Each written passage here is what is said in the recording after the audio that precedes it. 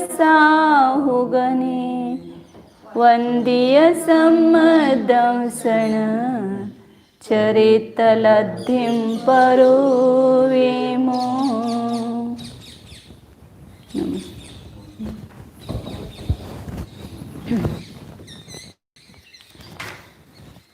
लब्धिसार भाग 2 चारित्र मोक्ष अपनाधिकार है। इसमें अपूर्वकरण परिणाम का वर्णन अपन देख रहे थे। तो अपूर्वकरण में 4 आवश्यक कार्य होते हैं: गुण श्रेणी, गुण संक्रमण, स्थिति कांटकघात और अनुभाग कांटकघात। तो उसके बारे में कुछ नियम यहाँ पर बताए थे कल, संक्रमण, उत्कर्षण और अपकर्षण के बारे में। संक्रमण और उत्कर्षण के बारे में बताया था। संक्रमण जिसका हुआ है या जिसका उत्कर्षण हुआ है वह द्रव्य एक आवली काल तक अवस्थित रहता है। और अपकर्षण के बारे में बताया था कि अपकर्षण होने के बाद उन परमाणुओं का अवस्थान हो सकता है या वृद्धि हो सकती है या हानि हो सकती है, संक्रमण हो सकता है, वे भजनीय है, यहाँ पर नियम नहीं है। और उत्कर्षण और अपकर्षण के बारे में विशेष बताया था कि जहाँ पर एक स्थिति का अपकर्षण होता है, सब स्थिति का एक साथ ही अपकर्षण और उत्कर्षण होता है। जब भी अपकर्षण होगा तो पूरे सत्ता में स्थित जो है उदयावली को छोड़कर उसके ऊपर जितनी भी स्थिति है उसके निषेकों का सभी के सब पूर्ण द्रव्य का ही अपकर्षण करता है, उसमें से कुछ परमाणुओं का। उस संपूर्ण द्रव्य का अपकर्षण भागार का भाग दे करके उतना लेता है, तो हर स्थिति में से उठाता है। हर स्थिति में से जो द्रव्य उसका एक थोड़ा थोड़ा थोड़ा सभी में से ले करके सबका अपकर्षण होता है। लेकिन एक स्थिति में से लिया हुआ द्रव्य उसका अपकर्षण हुआ तो कितनी स्थितियों में जाएगा? वह असंख्यात स्थितियों में। और उत्कर्षण हुआ तो भी असंख्यात स्थितियों में जाएगा। इसी प्रकार अनुभाग के बताया था कि अनुभाग का यदि अपकर्षण हुआ तो एक स्पर्धक का द्रव्य अनंत स्पर्धकों में बटेगा और घटेगा भी। और ऐसे उत्कर्षण हुआ तो एक स्पर्धक का द्रव्य अनंत स्पर्धकों में बढ़ेगा। वहाँ पर केवल अतिस्थापना जो है अपकर्षण की कैसे होगी? वहाँ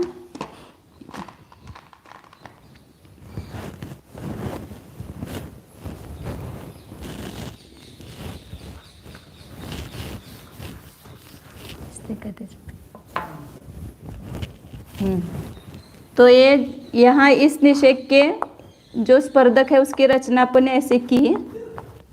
तो ये स्पर्धक है, समझो अलग अलग अलग वर्गना है तो उसके स्पर्धक है।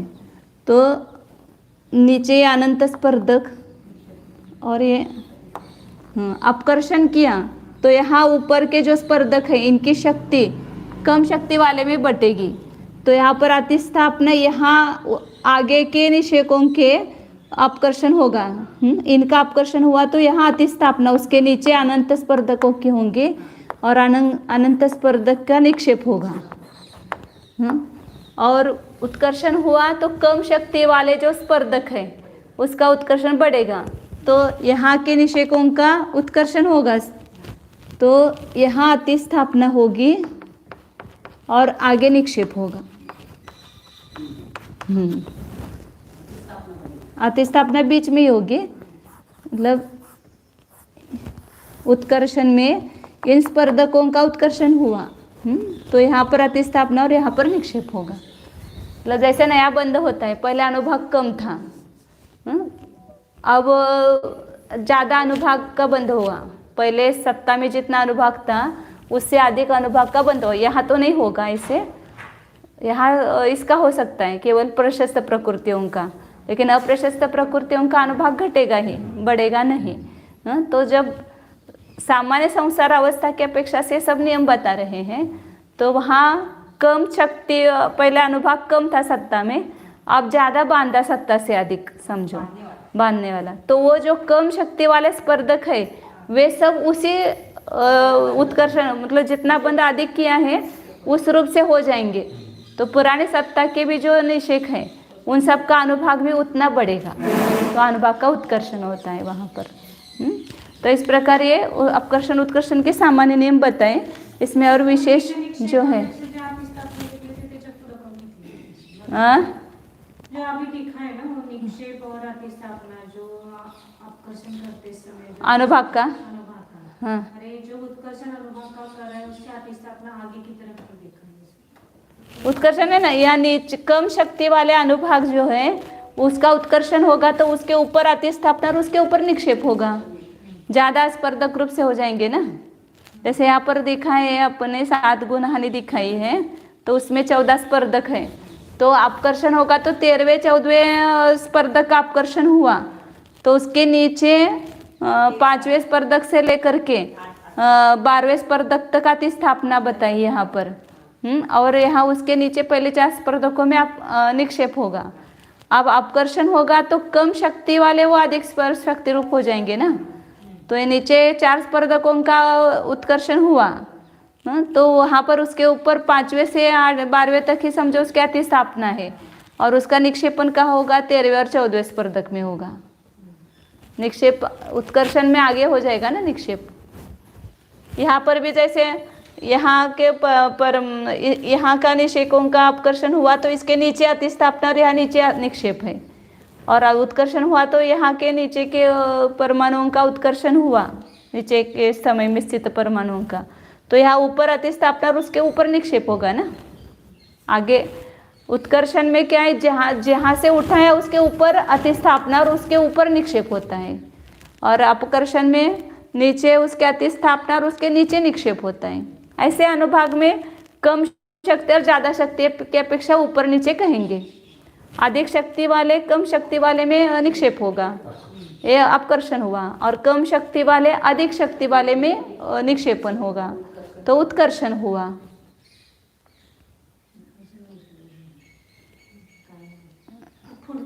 अभी जो पहले जो आकर्षण करते समय जो निक्षेप है और उसकी जो अतिस्थापना है जो उसका अतिस्थापना निक्षेप है, उससे भी उत्कर्षण की अपेक्षा जो अतिस्थापना है वो आगे के लिए है ना, आगे की शक्ति वालों की अतिस्थापना करके फिर आगे निक्षेप किया जाएगा। हाँ उत्कर्षण की अपेक्षा से। हाँ बराबर है ना। जहाँ से भी वो एक स्पर्धक का थोड़े एक साथ अपकर्षण होगा, उत्कर्षण होगा, अनंत स्पर्धकों का होगा। तो जहाँ तक यहाँ का ये इसका उत्कर्षण हुआ है तो इसके आगे से लेकर के अतिस्थापना चालू ही हो गई ना, इसकी अपेक्षा से, एक की अपेक्षा से। अब जहाँ पर भी अनुभाग की अपेक्षा से जितने स्पर्धकों का उत्कर्षण करेगा उसके ऊपर अतिस्थापना होगी और उसके ऊपर निक्षेप होगा।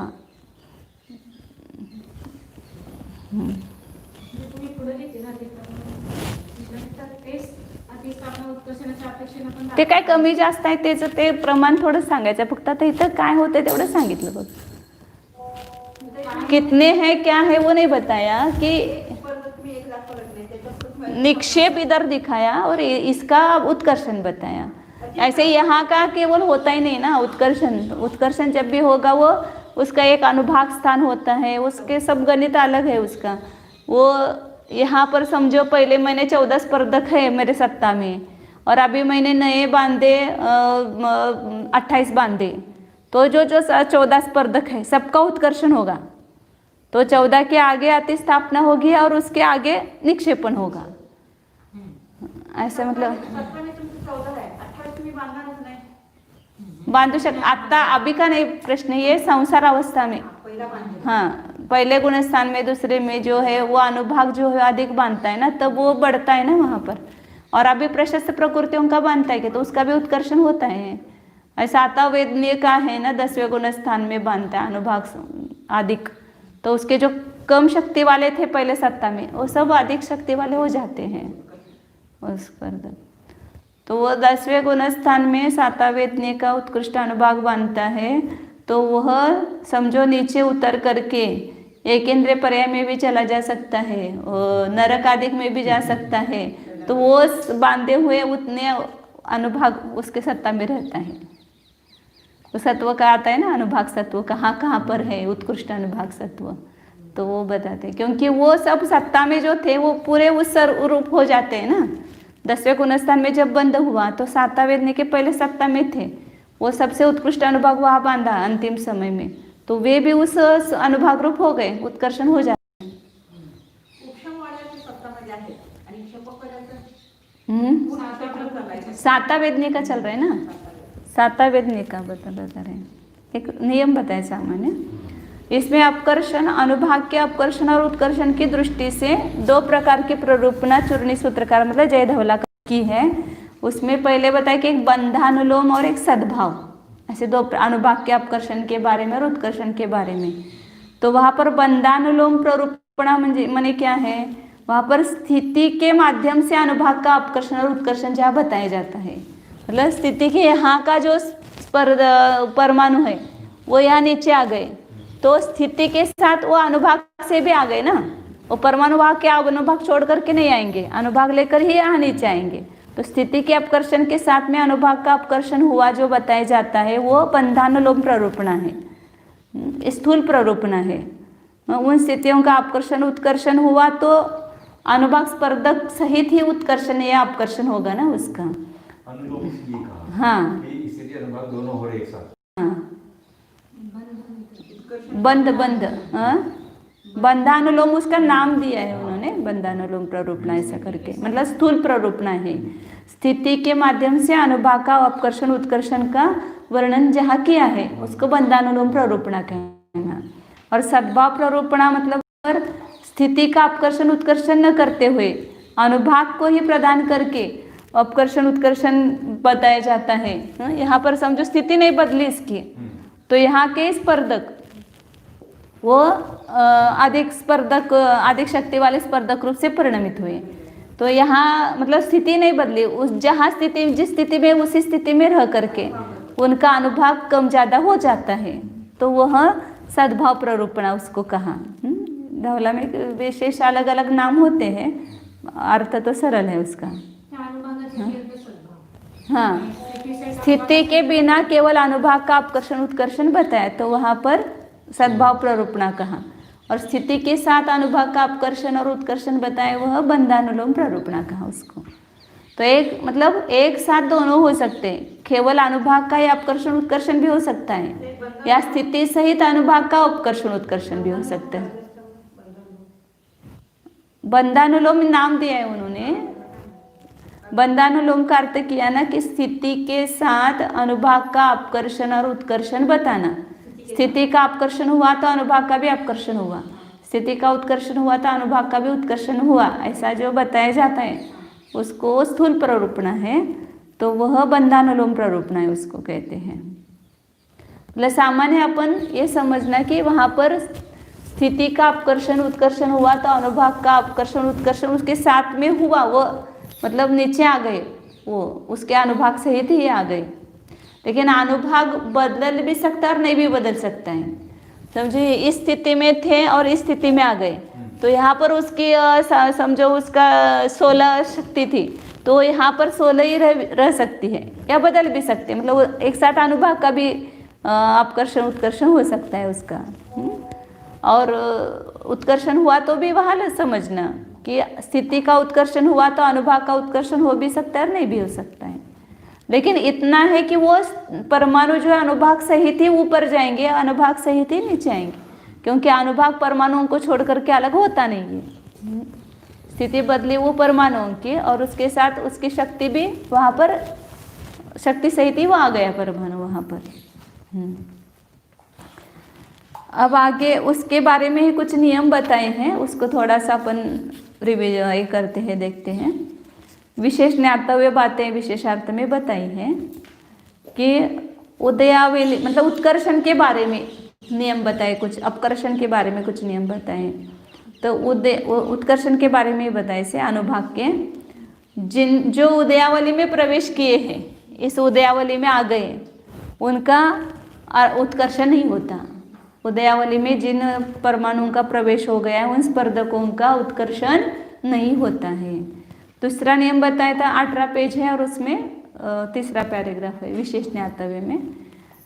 नवीन बंध में उत्कर्षण होता है, जब भी स्थिति का उत्कर्षण होगा तो आबादा छोड़ करके उसके ऊपर जो निषेक है उसमें ही उत्कर्षण होगा, आबादा में उत्कर्षण नहीं होता है, मतलब आबादा में निक्षेपण नहीं होता है, क्योंकि नया बंध किया उसकी आबादा जितनी है उसके ऊपर निषेक रचना है, तो यहाँ जो नीचे जो यहाँ पर जो निषेक है उसका उत्कर्षण हुआ तो आबादा को छोड़ करके ऊपर उसकी जो निषेक रचना है उस स्थिति प्रमाण हो जाएंगे, मतलब इस स्थिति प्रमाण वो नहीं होंगे क्योंकि यहाँ पर वो निषेक नहीं है नए बंध के। फिर बंध को प्राप्त हुए कर्मस्पर्धक बंधावली काल तक उत्कर्षण और अपकर्षण के अयोग्य है। वो बंधावली अचरावली बोलते हैं उसको। बंधावली के पश्चात आबादा के भीतर अपकर्षण होकर वहाँ से उन अपकर्षित स्पर्धकों का भी अथानियम उत्कर्षण हो सकता है। ये जब आपने निक्षेप प्रवृत्ति स्थापना देखी थी ना, एक अचला बंधावली बीत गई, फिर ये अंतिम निषेक का अपकर्षण हुआ तो ये यहाँ पर आ गया, फिर दूसरे समय में तुरंत उसका क्या हो गया, उत्कर्षण हुआ। उसी का अपकर्षण किया और अपकर्षण करने के बाद दूसरे समय में ही वो भजनीय है ना, उसका अपकर्षण उत्कर्षण हो सकता है वापिस। क्या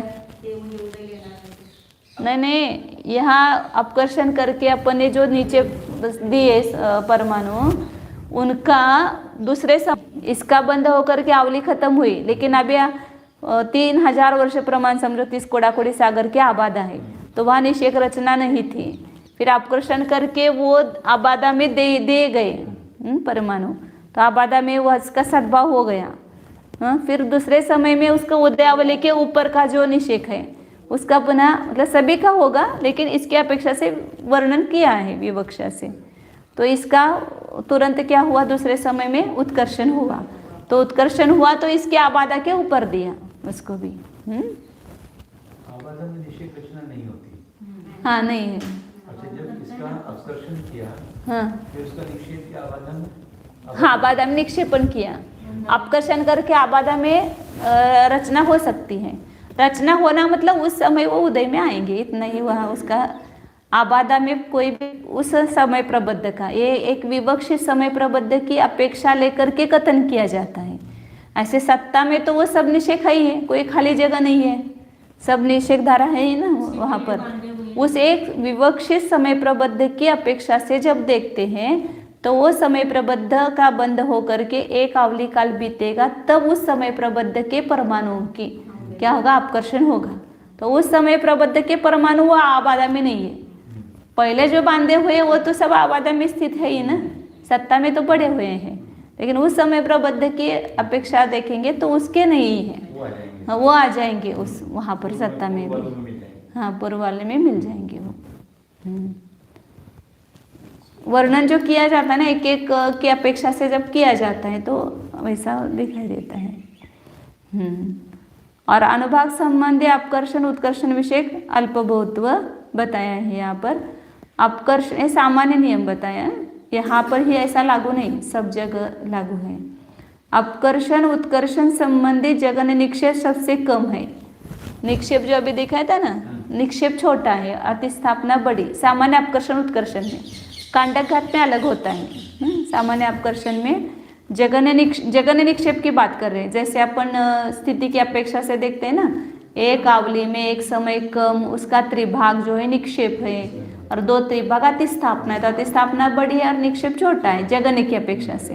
तो इसी प्रकार यहाँ पर जगन जो अनुभाग का निक्षेप है, यहाँ नीचे निक्षेप होगा अपकर्षण का या उत्कर्षण का ऊपर होगा, तो वह सबसे कम है। और अपकर्षण उत्कर्षण संबंधी जगन अतिस्थापना उससे अनंत गुनी है, अनंत पट उसकी है। और व्याघात की अपेक्षा से जब देखेंगे, व्याघात की अपेक्षा मतलब जब अनुभाग कांडकघात होता है तो व्याघात संबंधी कहेंगे, तो वो उत्कृष्ट अतिस्थापना उससे भी अनंत गुनी है। सामान्य अपकर्षण उत्कर्षण की जो जगन अतिस्थापना है उससे व्याघात की अपेक्षा जो उत्कृष्ट अतिस्थापना है वो कितनी है, अनंत गुनी है, क्योंकि यह अंतिम एक वर्गना से कम उत्कृष्ट अनुभाग कांडक प्रमाण है। क्या समझ में आया? अंतिम जे वर्गन आहे का शेवटचं, त्याचे उत्कृष्ट अनुभाग शेवटचा अनुभाग होणार आहे। हाँ, अपकर्षण संबंधी बता रहे ना, तो यहाँ कांडकघात व्याघात की अपेक्षा बता रहे हैं ना, व्याघात की अपेक्षा मतलब कांडकघात जब होगा, खाली तो हुआ है। यहाँ पर अल्प बहुत तो बता रहे कि निक्षेप और अतिस्थापना कितनी है।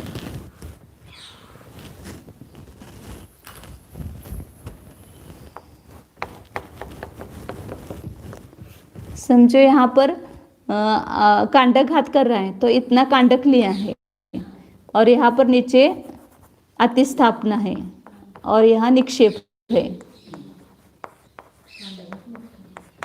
हाँ, लेकिन जब कांडक घात करता है ना उस समय अंतिम जब फाली गिरेगी, अंतिम फाली, तब क्या होगा, यहाँ का जो निषेक है उसकी अतिस्थापना कितनी हुई, निषेक ने स्पर्धक, लास्ट का स्पर्धक है और लास्ट की वर्गना उसकी अपेक्षा से उत्कृष्ट, जैसे अपन स्थिति में देखते हैं ना, ये अंतिम निषेक है उसके अपेक्षा से अतिस्थापना, ये पूरा कांडक जितना है वो पूरी अतिस्थापना होती है।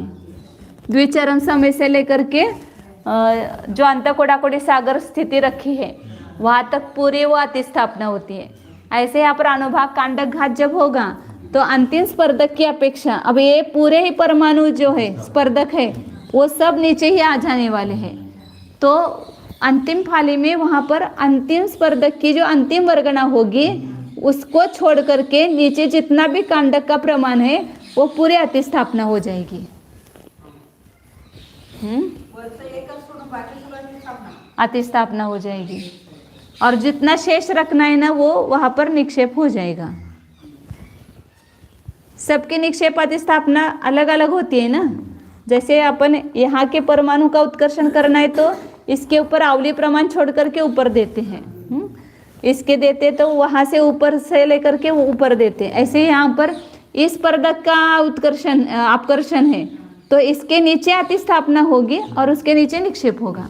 अब यहाँ पर ये अनुभाग कांडक है बड़ा, ये बहुभाग प्रमाण, तो ये अंतिम स्पर्धक की अंतिम वर्गना है, उसका पतन की अपेक्षा से ये यहाँ से उसके द्विचरम वर्गना से लेकर के जितना भी शेष रखना है अनुभाग वहाँ तक ये पूरे अतिस्थापना हो जाएगी।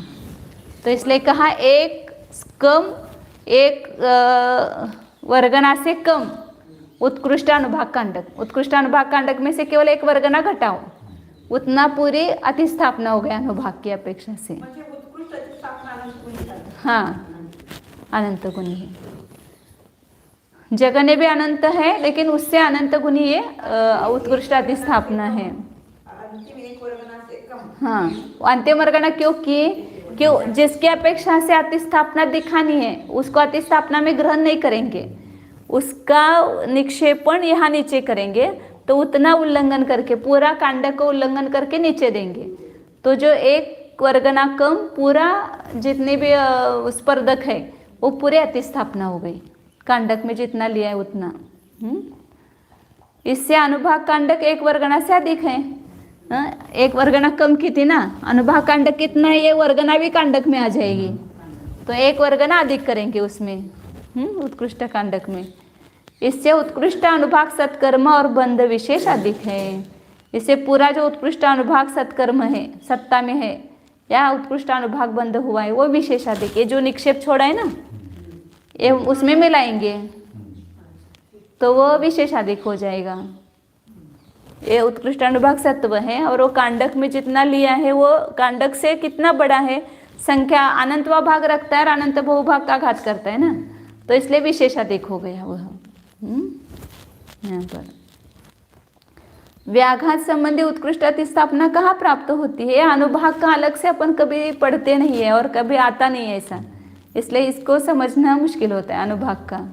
ऐसा वर्णन नहीं आता, खाली स्थिति की अपेक्षा ही अपन अपकर्षण उत्कर्षण देखते हैं हमेशा, अनुभाग का अलग से अपकर्षण उत्कर्षण नहीं समझते हैं। तो व्याघात संबंधी उत्कृष्ट अतिस्थापना कहाँ प्राप्त होती है, संसार अवस्था में उत्कृष्ट अनुभाग का बंध करके उसके पश्चात प्रतिभग्न होकर, तो सबसे उत्कृष्ट अनुभाग बांधा और उससे भ्रष्ट हुआ, मतलब वो छोड़ दिया अभी बांधना, फिर विशुद्धि बढ़ाकर उत्कृष्ट अनुभाग कांडक का घात करने वाले जीव को इसकी प्राप्ति होती है। ज्ञानावरणादिक का समझो उत्कृष्ट अनुभाग संक्लेश परिणाम से होगा पहले गुण स्थान में, तो उसने क्या किया, पहले उत्कृष्ट अनुभाग बांधा और एक अंतर मुहूर्त में परिणामों की उसकी विशुद्धि हो गई, तुरंत उसने क्या किया, वहाँ पर प्रायोग्य लब्धि में आ गया। तो क्या करता है वहाँ पर स्थिति कांडक घात, एक ही कांडक घात के द्वारा अंतकोडाकोडी सागर स्थिति करता है और एक ही अनुभाग कांडक घात के द्वारा द्विस्थानी अनुभाग बंध अनुभाग सत्व करता है। जो चतुस्थानीय था वो पूरा चतुस्थानीय बांधा उसने अंतर्मुहूर्त पहले, और अंतर्मुहूर्त में विशुद्ध होते हुए उसने अनुभाग कांडक किया, तो वहाँ पर उत्कृष्ट कांडक होगा, तो वहाँ उत्कृष्ट अतिस्थापना पाई जाएगी। स्थिति की अपेक्षा भी उत्कृष्ट अतिस्थापना वहीं पर पाई जाती है। कि पहले उत्कृष्ट संश्लेष परिणाम के द्वारा उसने उत्कृष्ट स्थिति बंध किया और एक अंतर्मुहूर्त में विशुद्ध होते हुए उसने कांडक घात किया, एक ही कांडक घात के द्वारा स्थिति का घात किया। तो पूरी 70 कोड़ाकोड़ी या 30 कोड़ाकोड़ी सागर थी, वो अंत कोड़ाकोड़ी सागर रख करके 29 कोड़ाकोड़ी प्रमाण पूरा कांडक हुआ वो। तो सबसे बड़ा कांडक वहीं पर होगा, अन्य जगह नहीं होगा। एक कांडक घात के लिए अनुभव कितना होते की संख्या अनुभव होते त्याच्यामध्ये नहीं स्थिति कांडक एक स्थिति में असल कितनी संख्या दे जाए अनुभाग कांडक। हाँ, वो तो अभी आगे बताएंगे उसका। ये खाली अनुभाग कांडक घात का प्रमाण बता रहे हैं। अनुभाग कांडक घात और अनुभाग अपकर्षण उत्कर्षण में क्या अंतर है, ये अपने को थोड़ा पता ही है कि अपकर्षण उत्कर्षण में क्या होता है। वहाँ अनुभाग कांडक घात में क्या होता है कि उत्कृष्ट अनुभाग वाले जैसे इतना कांडक लिया तो पूरे के पूरे शक्तिरूप स्पर्धक एक भी नहीं रहेगा। अंतर्मुहूर्त में इसकी फाली बना करके एक एक फाल एक एक समय में इसमें से कुछ कुछ द्रव्य एक एक समय में नीचे निक्षेपण होता हुआ अंतिम समय में अनुभाग कांडकोत किरण काल का जो अंतिम समय आएगा तब पूरे के पूरे स्पर्धक नष्ट हो जाएंगे, मतलब वो पूरी शक्ति नष्ट होकर के निक्षेप रूप इतनी रह जाएगी शेष। तो अनुभाग कांडक घात में अनुभाग उत्कृष्ट अनुभाग वाले सभी स्पर्धकों के सभी कर्म परमाणु का ऐसा है, और एक निषेक का खाली नहीं होगा, जितने सत्ता में है निषेक अंत कोड़ाकोड़ी सागर स्थिति में स्थित उन सभी का एक साथ अनुभाग कांडक घात करेगा। यहाँ पर दिया है ना पीछे 20 नंबर के पेज पर, ये 13 से लेकर के 28 तक ये सभी स्थिति के निषेकों में से लिए स्पर्धक और सभी के स्पर्धकों का घात होगा, मतलब सत्ता में एक भी स्पर्धक उस रूप नहीं रहेगा, सभी निषेकों के उतने स्पर्धकों का एक साथ घात होगा। इसलिए अनुभाग कांडक घात ये पूरा का पूरा यहाँ तक ले लो, सभी स्थिति के उत्कृष्ट अनुभाग वाले स्पर्धक एक साथ नष्ट हो जाएंगे। हाँ, मतलब उस शक्ति रूप कोई नहीं रहेगा, कोई नहीं रहेगा उस शक्ति रूप। जैसे अपनी स्थिति का ऐसा कांडक करते हैं ना, ऐसे वो अनुभाग कांडक ऐसा किया कि ये सब आगे के स्पर्धक जो है वो सब कम शक्ति वाले स्पर्धकों में मिल जाएंगे। उसका द्रव्य कभी नष्ट होता ही नहीं है, वो कम शक्ति रूप होकर के उदय में आएंगे। 13 पासून 28 पर्यंत शक्तांश आहे, ते सगळं अपकर्षण होण्याचं 1 ते 8 पर्यंत म्हणजे कमी होणार बराबर। म्हणजे अतिस्थापनेमध्ये येणार नाही। ऐसे वो अतिस्थापना ये सामान्य से 13 की अपेक्षा से दिखाई है। ऐसे वहाँ देखेंगे तो ये जो कांडक रूप आगे के हैं ना उसका वो निक्षेपण हो सकता है वहाँ पर, आगे के जो ना 28, 27, 26, 25 इनका निक्षेपण उस अतिस्थापना में भी हो सकता है, क्योंकि उसकी अपेक्षा से जो है वो उसकी अतिस्थापना उसके नीचे अनंत स्पर्धक छोड़ करके आगे देख सकता है, तो कांडक में नहीं देगा।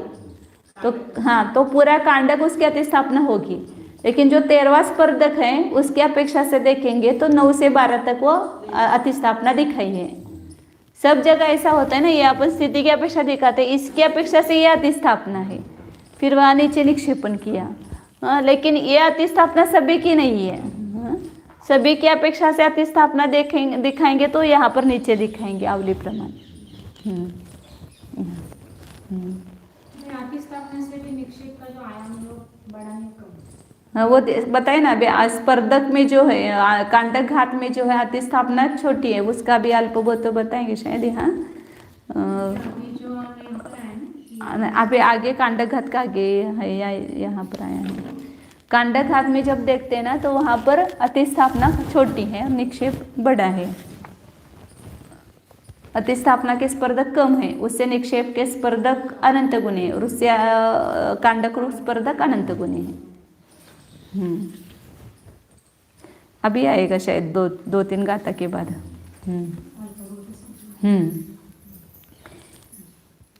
ये सामान्य उत्कर्षण अपकर्षण संबंधी ऊपर बताया था। निक्षेप कम है उससे अतिस्थापना अनंत गुणी है, जगन्य अतिस्थापना, और उससे उत्कृष्ट अतिस्थापना अनंत गुणी है। जगन्य का है वो अल्पभूत्व। और अनुभाग कांडघात में अनंत भूभाग प्रमाण स्पर्धकों का एक अंतर मुहूर्त में पूर्ण अभाव होता है। अपकर्षण में ऐसे पूर्ण अभाव नहीं होता है। अपकर्षण में वहाँ स्पर्धक नष्ट नहीं होंगे, उस स्पर्धकों में से कुछ परमाणु ही अन्य स्पर्धक रूप परिणमित हो जाएंगे। उस स्पर्धक भी बना रहेगा और उसके कुछ परमाणुओं की शक्ति, जैसे अपकर्षण में स्थिति में कुछ कुछ परमाणु नीचे नीचे अपकर्षित हो जाते हैं ना, स्थिति बनी रहती है। लेकिन जब कांडघात करते तो पूरी स्थिति नष्ट होती है। ऐसे अनुभाग खाली अपकर्षण होगा तो स्पर्धक बने रहेंगे, खाली इसमें से कुछ परमाणु यहाँ नीचे आ जाएंगे, मतलब कम शक्ति रूप हो जाएंगे, स्पर्धक बने रहेंगे। और कांडघात जब होगा तो पूरे के पूरे स्पर्धकों का अभाव होगा। अनुभाग कांडघात किसका होता है? केवल अप्रशस्त प्रकृतियों का ही होता है। और अपकर्षण जो है प्रशस्त अप्रशस्त दोनों का होता है। दोनों में क्या अंतर है पूछा था ना, अनुभाग कांडघात में और अपकर्षण में, तो दोनों में अंतर है। कांडघात में पूरे स्पर्धकों का अपकर्षण होता है और वहाँ पर अप्रशस्त प्रकृतियों का ही कांडघात होता है। और अपकर्षण जो है प्रशस्त अप्रशस्त दोनों प्रकृतियों का होता है, और उसमें से सब पूरे स्पर्धक का नहीं होता है अपकर्षण, उन स्पर्धकों में से कुछ परमाणुओं का ही अपकर्षण होता है। ऐसे नियम है कुछ यहाँ पर पढ़िए। अनुभाग कांडघात कहाँ पर होगा? अपूर्व करणादि विशुद्ध परिणामों से ही होता है। और अपकर्षण संसार अवस्था में कभी भी यथायोग्य परिणामों के द्वारा अपकर्षण उत्कर्षण होता है। यही दिखाया है। अब आगे चलते हैं। और 406 नंबर की गाथा, अपूर्वकरण के जो आवश्यक है उसके बारे में चर्चा चल रही थी। तो उसके बारे में कुछ नियम, सामान्य नियम बीच में बताए उन्होंने, संक्रमण उत्कर्षण और अपकर्षण का। अब इस सब विषय पर आ गए हैं कि गुण श्रेणी बताई थी, गुण संक्रमण बताया था। अब यहाँ पर स्थिति कांडक बता रहे हैं। 406 नंबर की गाथा है। अपूर्वकरण में जघन्य और उत्कृष्ट स्थिति कांडक का प्रमाण कितना है वो बता रहे हैं। पल्लस संख भागम वरम अवरादु संख गुणिदम तो पड़ में अपूवखवगे थिदि खंड पमाणयम होदी। स्थिति कांडक का प्रमाण कितना है वो बता रहे हैं कि अपूव खवगे शपक अपूर्वकरण में, मतलब शपक श्रेणी पर अपूर्वकरण गुणस्थान में पड़ में ठिदि खंड पमाणयम, प्रथम जो स्थिति कांडक है, पड़ में मतलब द्विवचन किया है वहाँ पर, जघन्य और उत्कृष्ट स्थिति कांडक का प्रमाण कितना है? पल्लस्य संख भागम, पल्य का संख्यात्वा भाग है। वरमपि अवरादु संख गुणितम, परंतु जघन्य से उत्कृष्ट जो स्थिति कांडक है वो कितना है? संख्यात गुणित है। मतलब हर बार दो प्रकार का कांडक दिखाते हैं, एक जघन्य और एक उत्कृष्ट। जिसकी स्थिति कम है उसका जघन्य स्थिति कांडक होता है, जिसकी स्थिति अधिक है उसका उत्कृष्ट स्थिति कांडक होता है। तो स्थिति के अनुसार कांडकघात होते हैं। तो जिसकी सत्ता में स्थिति ज़्यादा होगी उसका कांडक बड़ा होगा, जिसकी स्थिति कम है उसका कांडक छोटा होगा। तो इस प्रकार, लेकिन दोनों भी यहाँ पर पहले जब अपन सम्यक्त्वादिक में देखा था, उपशम श्रेणी पर देखा था, तो जघन्य स्थिति कांडक पल्य का संख्यात्व भाग और उत्कृष्ट जो है सागरोपम पृथकत्व, 7-8 सागरोपम ऐसा बताते थे। लेकिन यहाँ शपक श्रेणी पर उत्कृष्ट भी पल्य का संख्यात्व भाग है और जघन्य भी पल्य का संख्यात्व भाग है। लेकिन उस पल्ले के संख्यात्व भाग में अंतर है। जघन्य जो पल्ले का संख्यात्व भाग है वो छोटा है और उत्कृष्ट पल्ले का संख्यात्व भाग है वो बड़ा है। जैसे द्विअंकी संख्या जो है 11 भी द्विअंकी संख्या है और 99 भी है, लेकिन 11 में और 99 में अंतर है ना। इसी प्रकार यहाँ पर जघन्य भी पल्ले का संख्यात्व भाग, अब संख्या है वो छोटी संख्या से भाग दे तो बड़ा आएगा लब्ध, और बड़े संख्या से भाग देंगे तो छोटा आएगा। ऐसी स्थिति जो है किसी की कम और किसी की ज़्यादा। तो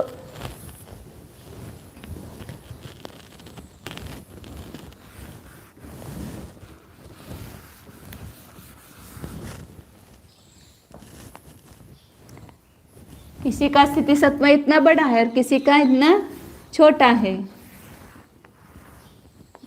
तो इसकी भी पल्ले का संख्यात्व भाग कांडक के ले लेगा और इसका भी लेगा, लेकिन इसका छोटा पल्ले का संख्यात्व भाग लेगा और इसका बड़ा लेगा। तो इससे ये बड़ा जो है वो कितना है, संख्यात गुणित है पल्ले का संख्यात्व भाग होते हुए भी। समझो कि ये 10 है और ये 90 है, तो इससे संख्यात गुणित हुआ ना। ऐसे एक उदाहरण रूप से बताएं, ऐसे पल्ले का संख्यात्व भाग छोटा बड़ा है। क्यों हुआ ऐसा? तो दो प्रकार के जीव ऐसे अपोक श्रेणी पर चढ़ने वाले, इसकी स्थिति कम और इसकी ज़्यादा कैसे है?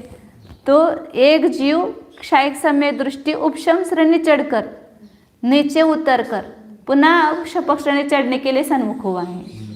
तो उपशम श्रेणी जब चढ़ा तब वहाँ पर उपशम श्रेणी में 8वें 9वें 10वें गुणस्थान में उसके कितने स्थिति कांडकघात हुए हैं? संख्यात 1000 स्थिति कांडकघात हुए हैं।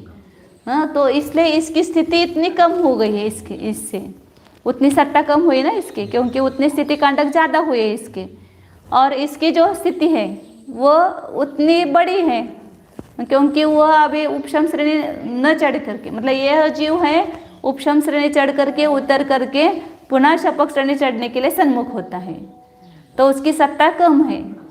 और यह जो है जीव उपशम श्रेणी बिना चढ़े क्षयिक समय तो प्राप्त करके सीधा शपक श्रेणी चढ़ने के लिए सन्मुख हुआ है, तो उसकी सत्ता बड़ी है।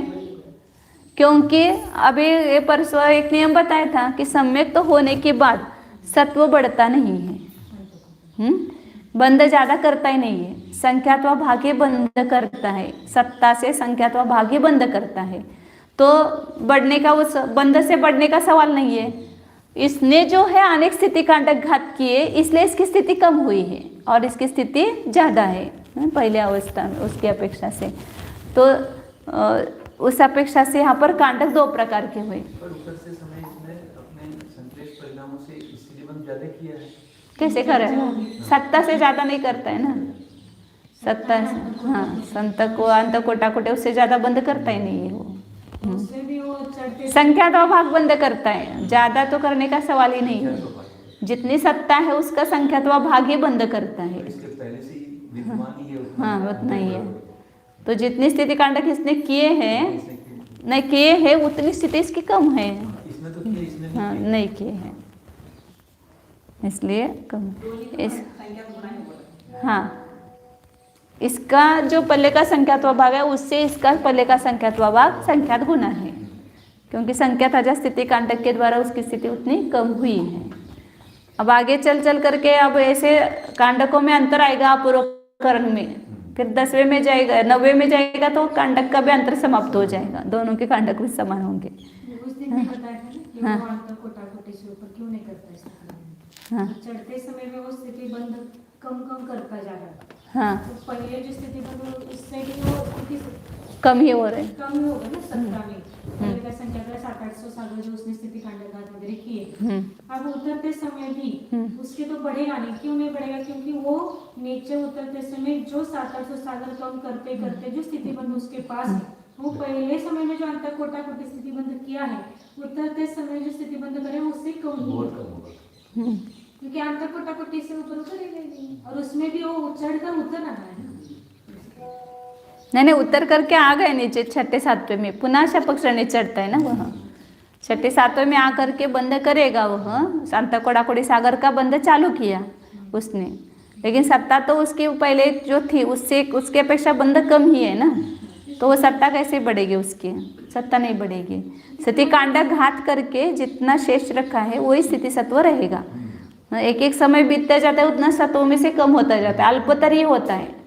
इसलिए कहा ना कि चौथे गुणस्थान से आगे, चौथे गुणस्थान से लेकर के अल्पतर ही स्थिति सत्व है, जो भुजकार स्थिति सत्व ही नहीं है। आगे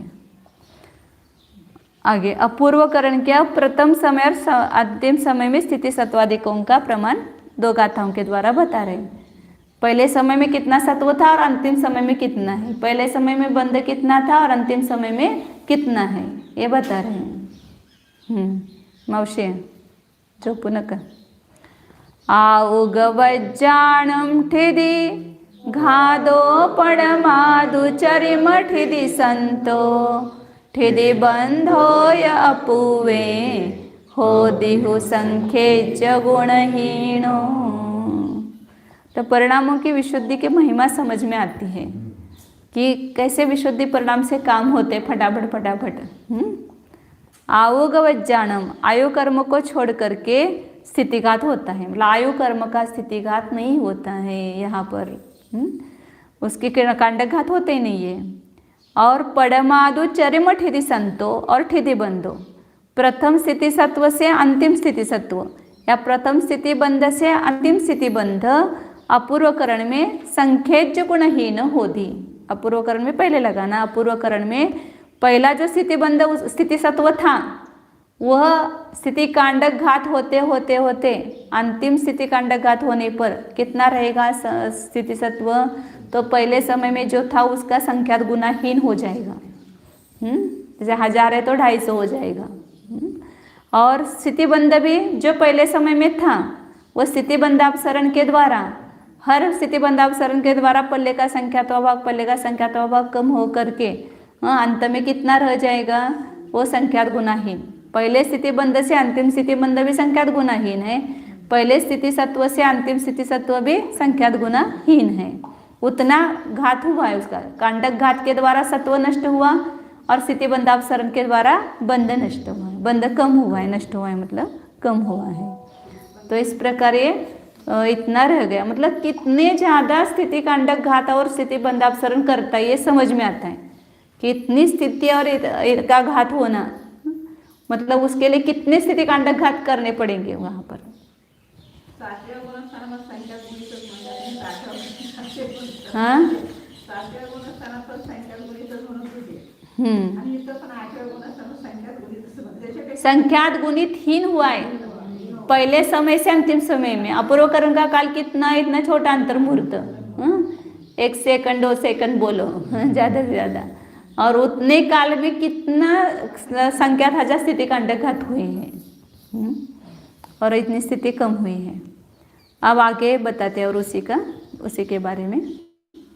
अंतो कोडा कोडी अपूव पड़ मम्मी हो दिठिदि बंधो बंधादो पुण्य सत्तम संख्येज गुणम हवे तत्थ। अपूव पड़ मम्मी ठिदि बंधो अंतो कोडा कोडी होती। अपूर्वकरण के पहले समय में स्थिति बंध, पहले से अंतिम कितना संख्यात गुना ही नहीं बताया। अब पहले समय में कितना स्थिति बंध हुआ था, तो अंत कोडा कोडी, अंत कोडा कोडी सागर स्थिति बंध होता है अपूर्वकरण के पहले समय में। और बंधा दो पुण्य सप्तम, बंध से सत्व कितना है वो भी अंत कोडा कोडी सागर है, लेकिन संख्यात गुना है।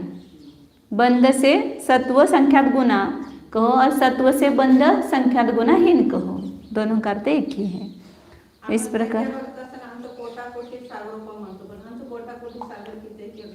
नहीं, अंत कोडा कोडी सागर मतलब असंख्यात वर्ष है, असंख्यात वर्ष।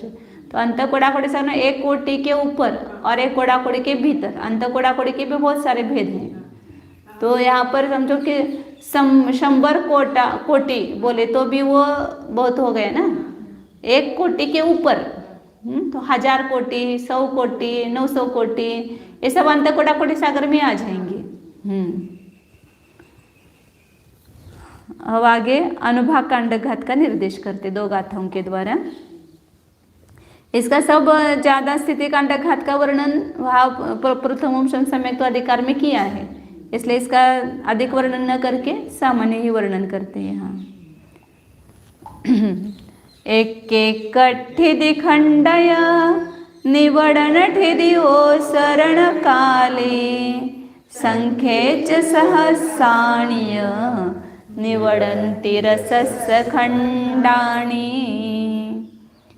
एक एक स्थिति कांडक के निपतन के काल में या एक एक स्थिति बंधापसरण के काल में संख्यात 1000 अनुभाग कांडक निवडन्ति गिरते हैं। मतलब एक अनुभाग कांड, एक स्थिति कांडक घात होने के लिए जितना काल लगता है उसमें हजारों अनुभाग कांडक घात होते हैं। वो अनुभाग भी कितना होगा वो समझ में आता है कि अनंत भूभाग का एक कांडक में घात करता है, फिर दूसरे में अनंत भूभाग का, फिर तीसरे में अनंत भूभाग का, इतना होते हुए भी और एक स्थिति कांडक में हजारों अनुभाग कांडक घात होते हैं।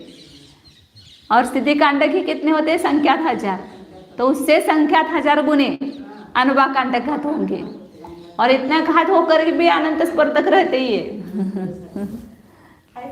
जब तक नाश होगा तब तक भी अनंत रहेंगे वे। तो इस प्रकार अनुभाग कांडक घात होते हैं। मतलब यहाँ पर ये पहले हुआ है इसलिए समझ में आया होगा।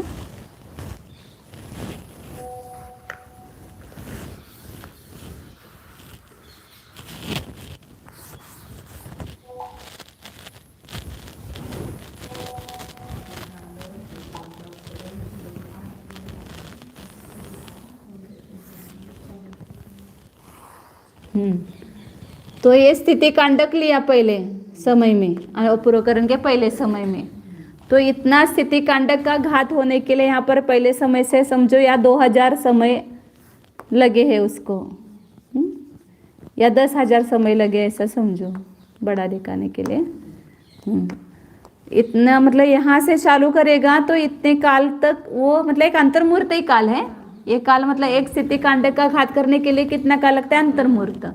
अब इस अंतर्मुहूर्त काल के बीच में अनुभाग कांडक घात कितने होंगे? ये अनुभाग कांडक घात अभी दिखाया था। तो पहला ये अनुभाग कांडक घात अपन निकाल भी नहीं सकते उसको बहुत सारे। तो ये अनुभाग कांडक घात हुआ कितने समय में? या 4 समय में हुआ समझो। फिर दूसरे 4 समय में दूसरा ये सब नष्ट हो जाएगा अनुभाग स्पर्धक, पुनः उसके नीचे के अनंत भूभाग लेगा, ऐसे दूसरा अनुभाग कांडक होगा। इस तीसरा तो 4 समय में एक अनुभाग कांडक घात हुए, या 5 समय ले लो, 5 समय हो में एक अनुभाग कांडक घात हुआ। तो यहाँ पर 10,000 समय एक स्थिति कांडक घात का है। तो इस अनुभाग कांडक कितने हो जाएंगे इसमें? 10,000 एक स्थिति कांडक के लिए लगता है, और एक अनुभाग कांडक के लिए कितना लगता है? 5। एक अनुभाग कांडक घात के लिए 5 समय। तो 10,000 समयों में कितने कांडक घात हुए?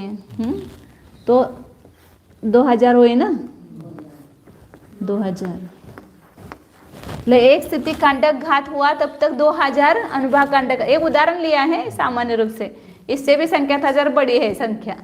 2000 मतलब 2000 ही नहीं है, उससे भी बड़ी संख्या है। तो इतने अनुभाग कांडक घात होते हैं। तो इसलिए अनुभाग का काल कम है, अनुभाग कांडकोत्कीर्ण का। मतलब अब यहाँ पर ये इसमें अभी यहाँ तक पहला ही स्थिति कांडक घात चल रहा है, यही 10,000 समय तक। फिर 10,000 समय में पूरा स्थिति कांडक नष्ट होगा, तब तक अनुभाग कांडक घात कितने हुए? 2000 हुए। एक समय में 5 हुए? नहीं, एक अनुभाग कांडक घात करने के लिए 5 समय का काल लगता है। हाँ, एक अनुभाग कांडक घात हुआ तो 10,000 में कितने अनुभाग कांडक घात होंगे? तो 2000 होंगे। 5 समय में एक अनुभाग कांडक घात हुआ तो 10,000 समय में कितने अनुभाग कांडक घात होंगे? तो 2000 अनुभाग कांडक हो गए। हमने 2000 10,000 माना इसलिए, वो हो तो वास्तविक में उससे भी बड़ी संख्या है।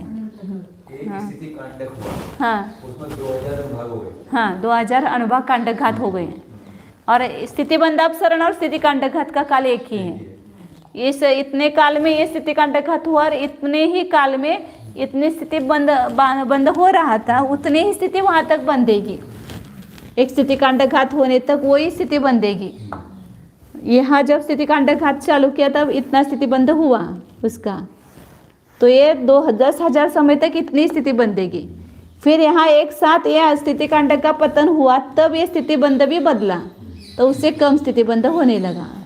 दूसरा स्थिति बंधापसरण और दूसरा स्थिति कांडक घात एक ही है। और अनुभाग कांडक घात भी यहाँ का अंतिम हुआ, यहाँ नया चालू हो गया, लेकिन वो बहुत सारे हुए अनुभाग कांडक घात, संख्या 1000 हुए। तो इस प्रकार एक स्थिति कांडक घात के काल में या एक स्थिति बंधापसरण काल में संख्या 1000 अनुभाग कांडक घात होते हैं, ये बताया। अब और अनुभाग कांडक घात के बारे में और नियम बता रहे हैं। ये सब गाथाएं पहले आई हुई है। असुहाणम पैडीनम अनंत भागार सस्य खंडाणी सुहपैडीनम नियमा नत्तिरसस्य खंडाणी। अशुभ प्रकृतियों के अनंत भाग, अनंत भागा बहुवचन दिया ना, तो उसका अर्थ अनंत बहुभाग लेना। अनंत बहुभाग अनुभाग के कांडक होते हैं। और सुहपैडीनम रसस्य खंडाने नियमान अत्थिति, शुभ प्रकृतियों के अनुभाग का खंडन नियम से नहीं है, क्योंकि यहाँ पर परिणामों की विशुद्धि बढ़ती जा रही है, तो परिणामों की विशुद्धि के निमित्त से शुभ प्रकृतियों का अनुभाग घटता नहीं है।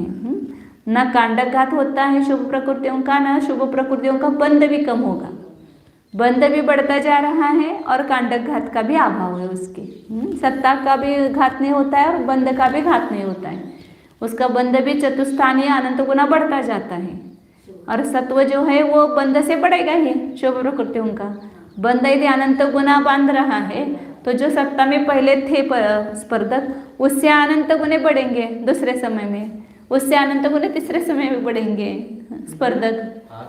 ये जो है ना गुड़ खांड शर्करा अमृत, अमृत के स्पर्धक बढ़ते जाएंगे वहां पर। अंत में ये क्या प्रमुख से नष्ट होंगे, कैसे होंगे? कौन से? ये जो प्रशस्त प्रकृति होगा, जो इतना अनुभाग, जो प्रशस्त प्रकृतियां उदय रूप है, हाँ, उसका वो स्वमुख से ही नाश हो जाएगा।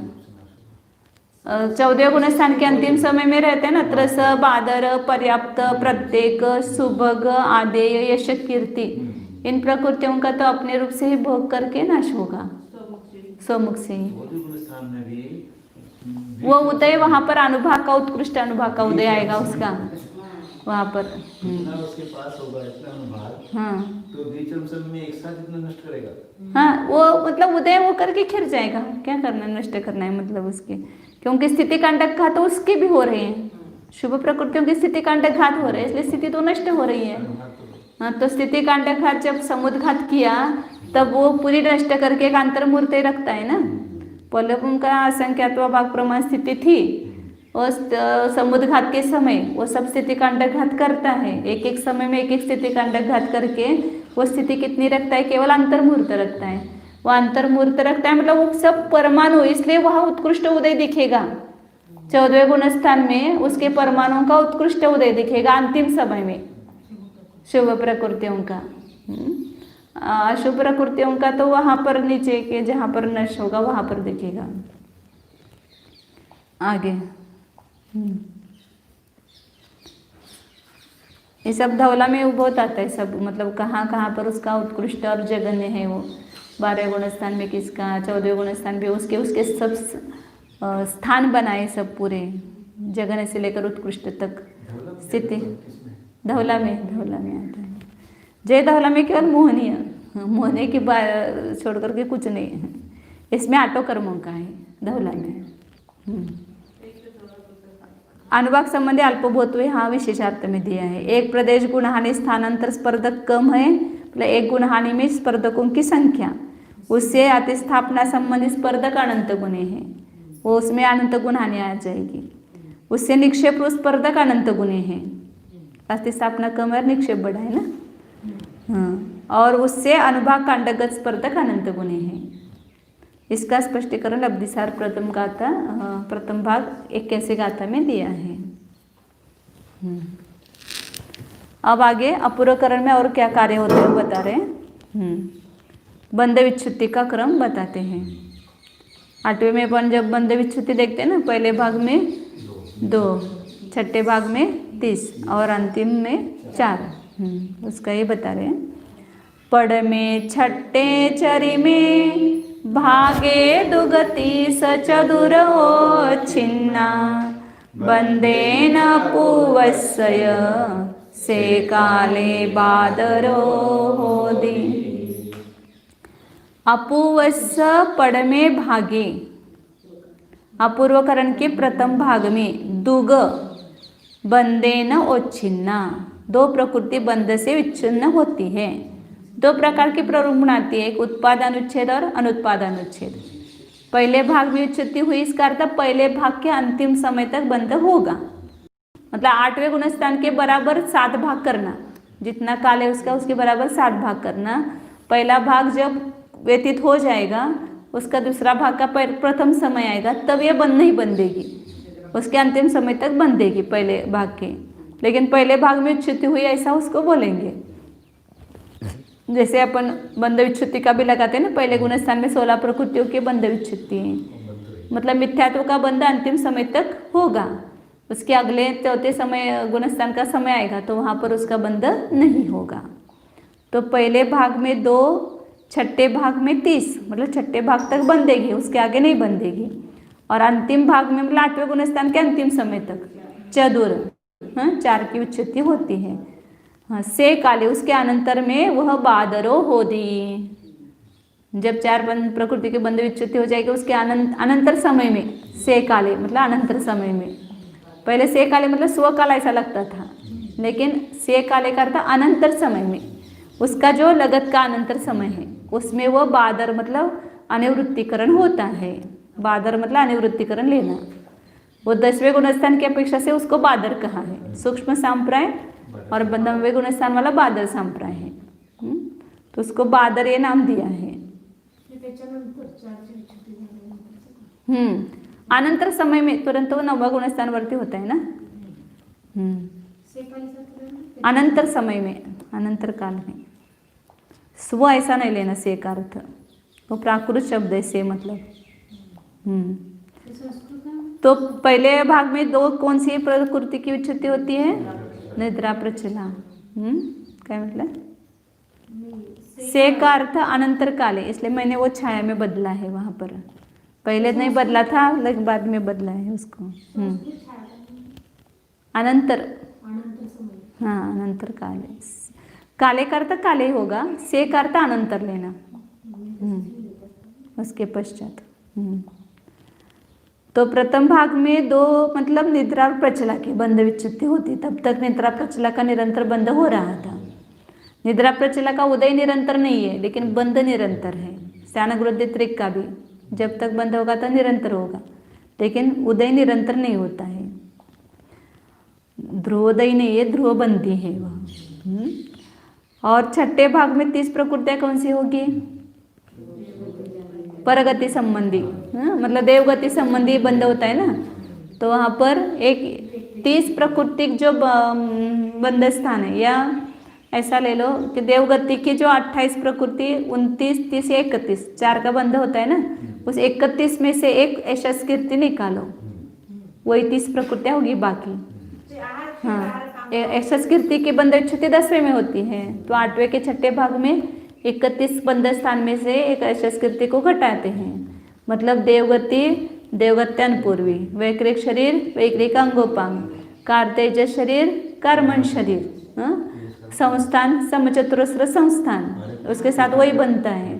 सवनन का तो बंध ही नहीं है। आहारक द्विक मतलब आहारक शरीर और आहारक अंगोपांग, तीर्थंकर प्रकृति, और बाकी सब पुण्य प्रकृति आएगी। वर्ण, चतुष्क, अगोर, लघु, उपघात, परघात, उच्छ्वास, प्रशस्त व्यायगति होगी, और त्रस दशक सब पुण्य में आएगी। उसमें केवल यशस कीर्ति छोड़ना है, दशक नहीं लेना है। यशस कीर्ति की बंध विच्छुति 10वें में है, त्रस नवक लेंगे, और तीर्थंकर, निर्माण और तीर्थंकर, ये 30 प्रकृतियां हैं। अगुर, लघु, चतुष्क आ गए क्या? अगुर, लघु, उपघात, परघात और उच्छ्वास। नहीं, वो एक ही उपघात है, वो पाप प्रकृति है, बाकी सब पुण्य प्रकृतियां हैं। उपघात जो है वो केवल पुण्य प्रकृति, उसका लेकिन ध्रुव बंध होता है, इसलिए वहां पर वहां तक होता है बंध।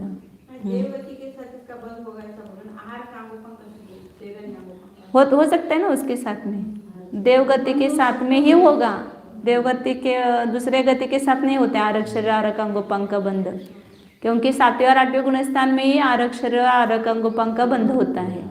7वें और 8वें गुणस्थान में तो वहाँ देवगति का ही बंध हो रहा है ना, इसलिए तो 4 स्थान हो गए ना।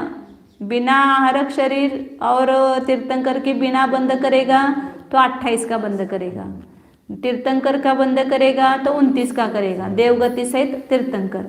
और तीर्थंकर का बंध नहीं कर रहा है, आहारक द्विक का बंध कर रहा है तो 30 का बंध करेगा, और तीर्थंकर और आहारक दोनों का बंध कर रहा है तो 31 प्रकृतियों का बंध करता है। तो उस 31 में से केशस कीर्ति छोड़ो, बाकी सब 30 प्रकृतियों की बंध विच्युति 8वें के 6ठे भाग में होती है। वहाँ पर वो वर्ण चतुष्क प्रशस्त और अप्रशस्त दोनों की बंध विच्युति वहीं पर है।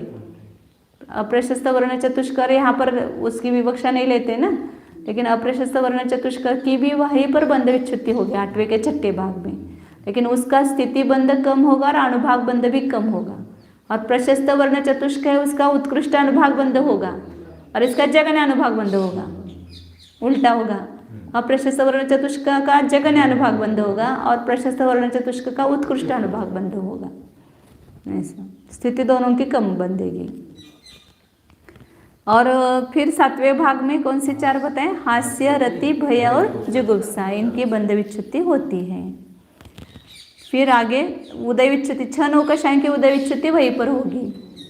हास्य, रति, भय, जुगुप्सा, हास्य, रति, शोक, रति, भय, जुगुप्सा, इन 6 नौकशाओं की उदय विच्युति वहाँ पर है। इस प्रकार अपूर्वकरण अधिकार यहाँ समाप्त हुआ। अब अनिवृत्तिकरण के पहले समय में आवश्यक कार्य होते हैं वो बताते हैं। 9वें गुणस्थान में प्रवेश करता है।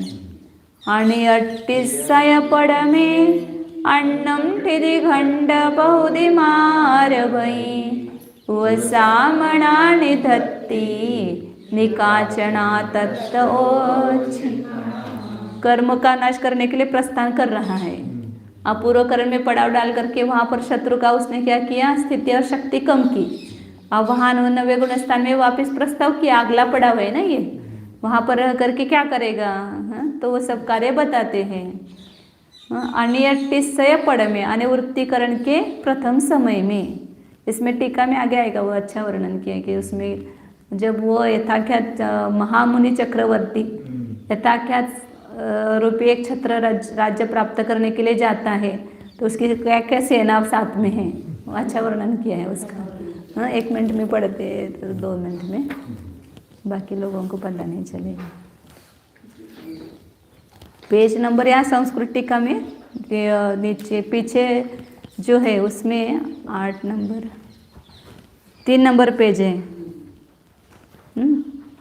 नीचे से 4थी लाइन है। मोह क्षपणार विशुद्धि परिणाम भूत्वा प्रमत्ता प्रमत्त परावर्तन सहस्राणि कृत्वा अतुल तपः प्रबल बल कलितः, नीचे है सम्यक ज्ञान सेना नायकाधिष्ठितः, सम्यक ज्ञान रूपी सेना नायक सेनापति है उसके पास। समुज्वल चारित्र महाध्वज विराजित, अत्यंत उज्ज्वल चारित्र रूपी महाध्वजा से विराजित है, शोभायमान है। महाव्रत दिव्य वाहन सहित, उसके पास कौन सा वाहन है? महाव्रत रूपी वाहन में बैठा हुआ है वो। गुप्ती त्रय अंग रक्षक रक्षित, उसके अंग रक्षक है कौन? 3 गुप्तियाँ, 3 गुप्ती में स्थित हैं, 3 गुप्ती रूपी अंग रक्षक से रक्षित हैं। धैर्यवर पुंडरीक मंडली मंडित, सगळ्या उसके आजू बाजू में सब बड़े बड़े योद्धाएं होते हैं ना, बड़े बड़े व्यक्ति होते हैं। तो धैर्यवर उत्कृष्ट धैर्य, यही उत्कृष्ट लोगों की मंडली से वो मंडित है, अच्छे अच्छे मंत्री है उसके राज्य सेना में। शुक्ललेशा परिणाम रूपी, उसको चामर डालते ना उस राजा को, तो कौन है वहाँ पर? शुक्ललेशा रूपी परिणाम के द्वारा सुंदर ऐसे चामर के समूह से जिसके ऊपर ढाले जा रहे हैं, क्या बोलते हैं उसको हिंदी में? वो विजना ढोलना बोलते ना, हाँ ढोले जा रहे हैं। कौन ढोले जा रहे हैं? वो शुक्ललेशा, उसको चामर डाल रहा है उस महामुनि को। दयामय वज्र कवच वर्मित, दया रूपी अपने आत्मा पर दया कर रहा है ना, वही उसके वज्र कवच है से वर्मित है। सद्गुण रूपी दृढ़ मार्गणातिशय धर्म संशोभित, उसके पास मार्गण मतलब बाण, कौन से बाण है? सद्गुण रूपी दृढ़ मार्गणा मतलब बाणों से, अतिशय धर्म से संशोभित है। और योद्धा के पीछे बाण रहते हैं ना उसके भाता में उसमें। और सुविशुद्ध ध्यान चक्र रत्न अलंकृत, अत्यंत विशुद्ध ध्यान रूपी चक्र रत्न से अलंकृत है। विशुद्ध ध्यान यही चक्र रत्न है, वही चक्र रत्न घात करेगा ना उसका कर्म का। प्रतिपक्ष कर्म निर्मूलन प्रक्षयेन, संपूर्ण प्रतिपक्षी कर्म को मूल सहित क्षय करने के द्वारा यथाख्यात शुद्ध चारित्र प्राज्य साम्राज्य एकाधिपत्यस्य अंगीकरणार्थम। यथाख्यात रूपी जो शुद्ध चारित्र रूपी उत्कृष्ट राज्य, प्राज्य मतलब उत्कृष्ट, श्रेष्ठ या उज्ज्वल ऐसा भी अर्थ होता है। ऐसे साम्राज्य का एकाधिपत्य अंगीकार करने के लिए शपक श्रेणी रूपी दिग्विजय के अभिमुख यह यति चक्रवर्ती, मुनि रूपी चक्रवर्ती, निशित खड्ग रत्न सदृश अंतर्मुहूर्त कालावच्छिन्न अध प्रवृत्त पूर्व निवृत्तीकरण परिणामान क्रमेण आदत्ते। अत्यंत तीक्ष्ण खड्ग रत्न के समान कौन है? उसके पास, चक्रवर्ती के पास वो कांकिनी रत्न होता है ना, रत्न होता है, खड्ग रत्न। तो उसके समान कौन है यहाँ पर? ये अधकरण, अपूर्वकरण और अनिवृत्तीकरण परिणाम, वो रत्न है उसके पास में। ऐसे अंतर्मुहूर्त काल से मर्यादित ऐसे परिणामों को क्रम से प्राप्त होता है। फिर आगे सवादकरण वगैरह का वर्णन किया है उन्होंने। हाँ हाँ, बराबर। उसके ऊपर अब कर्म का राज्य नहीं होता है ना, तो इसलिए एक क्षत्रिय राज्य हो जाता है। तो अनिवृत्तीकरण परिणाम में वह क्या क्या कार्य करते हैं बता रहे।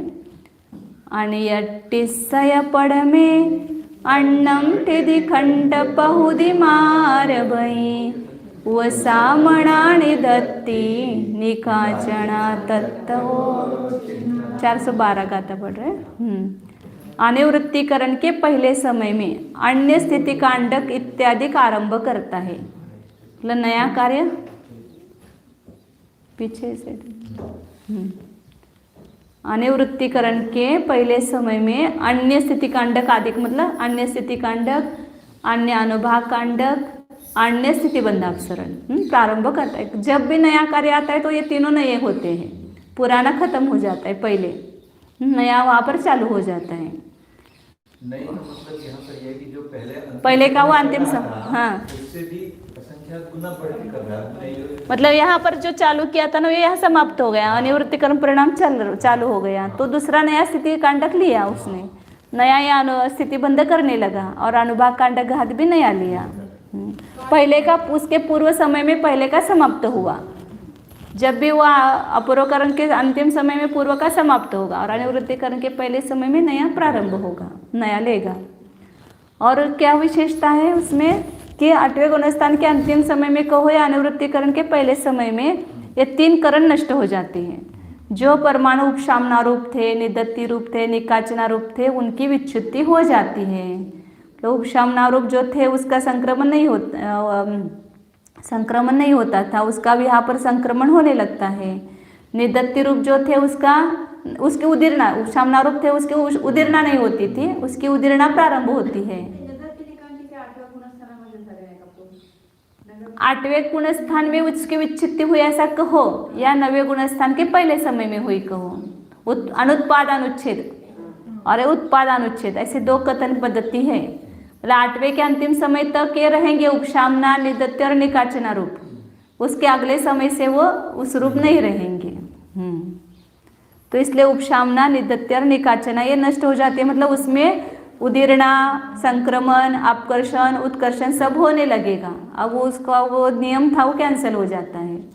तो ये वहाँ पर कैंसिल होगा तो ये वो सब कर सकते हैं ना, उसका क्षय कैसे करेंगे? यदि वो वहाँ से हटेगा ही नहीं, तो उसका संक्रमण ही नहीं होगा तो नाश कैसे होगा? हाँ, उसका सब अपकर्षण, संक्रमण करके नाश करता है ना सब कर्म परमाणुओं का। हाँ, लॉकडाउन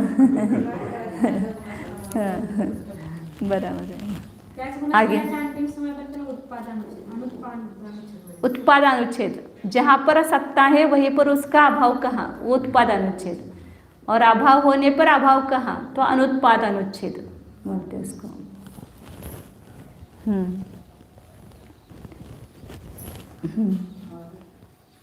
अब जैसे सीमा रहते हैं ना गांव की, यहाँ तक बाहुबली है, यहाँ से बाहुबली की सीमा नष्ट हुई, मतलब उसके अंतिम पॉइंट तक है, उसके अगले पॉइंट से वो सीमा खत्म हुई, ऐसा वर्णन करते हैं तब। ज्या ठिकाणी सत्ता आहे त्याच ठिकाणी नाश सांगितला। वो द्रव्यार्थिक नहीं कहते उसको, और अनुत्पादानुच्छेद को पर्यार्थिक नहीं कहते हैं। एक समय पहले तक क्या कहेंगे? उत्पादानुच्छेद। हाँ, उत्पादानुच्छेद। और एक समय बाद जो हुआ है। हाँ, उसका अभाव होने पर ही उसकी उच्चिति कही, तो अनुत्पादन। उसका अनुत्पाद अनुच्छेद, वो पर्यार्थिक नहीं से बोलते उसको।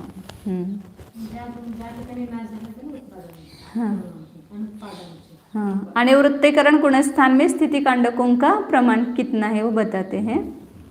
बादर पड़ में पड़मं ठिदिखंडं विसरिसं तु विदियादि ठिदिखंडयं समानं सौवस्य समान कालम में। बादर पड़ में, बादर गुणस्थान के पहले समय में, मतलब 90 गुणस्थान के पहले समय में, इस 90 गुणस्थान के लिए बादर ही बोलेंगे। पड़मं ठिदिखंडम, पहला जो स्थिति कांडक है वह विसदृश है, मतलब जगन्य और उत्कृष्ट। 8वें गुणस्थान में बताया था 2 प्रकार के कांडक, जगन्य भी पल्ले का संख्यात्व भाग और उत्कृष्ट भी पल्ले का संख्यात्व भाग, लेकिन जगन्य से उत्कृष्ट जो है संख्यात गुना है। यहाँ पर बता रहे कि उत्कृष्ट और जगन्य में विसदृशता है, लेकिन वहाँ पर कितनी क है वो विशेष आदिक है केवल, विधि आदि। लेकिन दूसरा आदिक जो स्थिति कांडक है वह समान कालम में समानम, सौवस्य समानम। अनिवृत्तीकरण के सभी जीवों के परिणाम सदृश होते, विशुद्धि परिणाम, किसी के कम ज़्यादा नहीं होती विशुद्धि, सबकी विशुद्धि समान होती है। तो स्थिति कांडक भी सबका समान ही होना चाहिए। लेकिन स्थिति जो है पहले अपूर्वकरण में घात करते करते आए तो 2 प्रकार के जीव बताए थे, एक उपशम श्रेणी चढ़ करके नीचे आया है और एक बिना उपशम श्रेणी चढ़े शायद सम्यक दृष्टि शपथ श्रेणी चढ़ रहा है। तो दोनों के स्थिति सत्व में अंतर होने से अपूर्वकरण में दोनों के स्थिति कांडक में अंतर आता है। फिर भी अब ये दोनों भी कांडक घात कर ही रहे हैं, तो जो अंतर है वो यहाँ पर कवर कर लेगा। 90 के पहले समय में कवर कर लेगा। हाँ, 90 में पहले समय में जो लेगा ना कांडक, अब ये ज़्यादा स्थिति वाला है,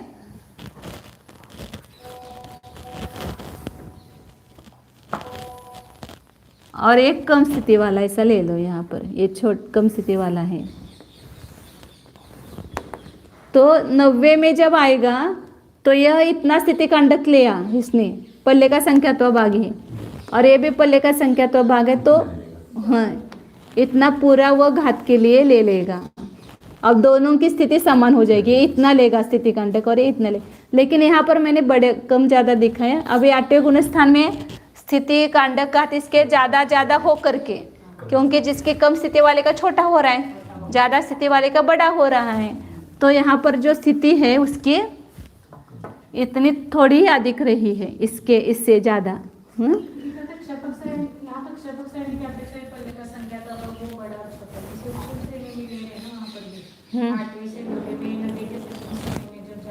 तो वहाँ पर भी सबका स्थिति समान हो जाएगी ना, वो वहाँ पर लेते समय अभी जो लिया था पोछा ना उसका, उतना वो ज्यादा हो सकता है। फिर वो पहले समय में तो सभी का स्थिति बंधे हो समान ही होगा, बंद समान होगा, स्थिति सत्व। स्थिति सत्व जो है वो। प्रश्न आ रहा था क्या? तो यहाँ पर जगन्य से ये जो पहला स्थिति कांडक है दोनों में भी सदृशता आ गई, इसका छोटा और इसका बड़ा है। और इसके बाद दोनों की स्थिति समान हो गई, जितनी अधिक थी वो सब कांडक में ले ली। फिर इसका दूसरा इसका और इसका समान ही होगा, फिर तीसरा इसका और इसका समान ही होगा, चौथा इसका और इसका समान ही होगा। तो समान काल में रहने वाले सब जीवों का स्थिति कांडक आयाम समान होगा, क्योंकि सब जीवों की स्थिति अब समान सदृश हो गई है, किसी की कम ज़्यादा नहीं रही है। जो ज़्यादा थी वो सबका घात 8वें गुणस्थान में हो गया। ये शपक श्रेणी का चल रहा है ना यहाँ पर। हाँ, शपक श्रेणी का। हाँ,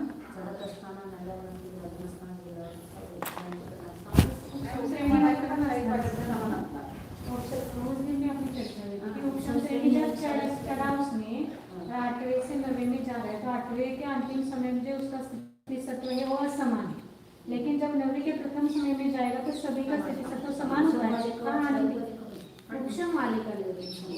यहाँ तो उसका भी यहाँ शपक ही भाई, दोनों जीव भी शपक ही है, लेकिन अपूर्वकरण में दोनों के इसके स्थिति कांड घात बड़े बड़े हुए। पहले समय में तो अपूर्वकरण में इससे इसका स्थिति सत्व संख्यात गुना था, इसलिए कांडक जो है संख्यात गुणित था। पल्ले का संख्यात्वा भाग होते हुए भी। लेकिन यह अपूर्व करण में इसके बड़े बड़े स्थिति कांडक हो करके इससे थोड़ी अधिक ही स्थिति रही, तो इसलिए विशेष अधिक ही उसका कांडक होगा, गुणित नहीं होगा।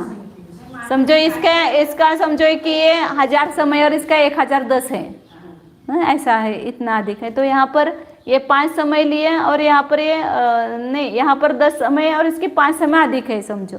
तो ये 10 समय का लिया कांडक और इसने 15 समय का लिया, तो इससे वो विशेष अधिक ही हुआ, हाँ समान हुआ।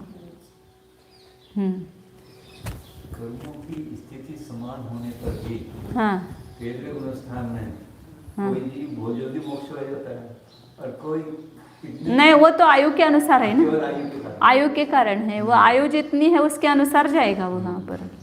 फिर समुद्घात में तो सभी की स्थिति अंतर्मूर्त प्रमाण कर देता है ना, सभी कर्मों की स्थिति आयु के समान कर देता है। आपका है प्रश्न का समझ में नहीं आया। क्या हो गया? चलो आगे। अनिवृत्तिकरण गुणस्थान में स्थिति कांडकों का प्रमाण कितना है वो बताते हैं, इतना लेकर के। थोड़ा ही था लेकिन अभी हुआ नहीं, मुझे लगा था यहाँ तक हो जाएगा। बादर पड़ में पड़मम ठिधि खंड हो गया था क्या? अभी हो गया ना, समान काल में समान होता है। आगे वो कितना अधिक है वो बता रहे हैं।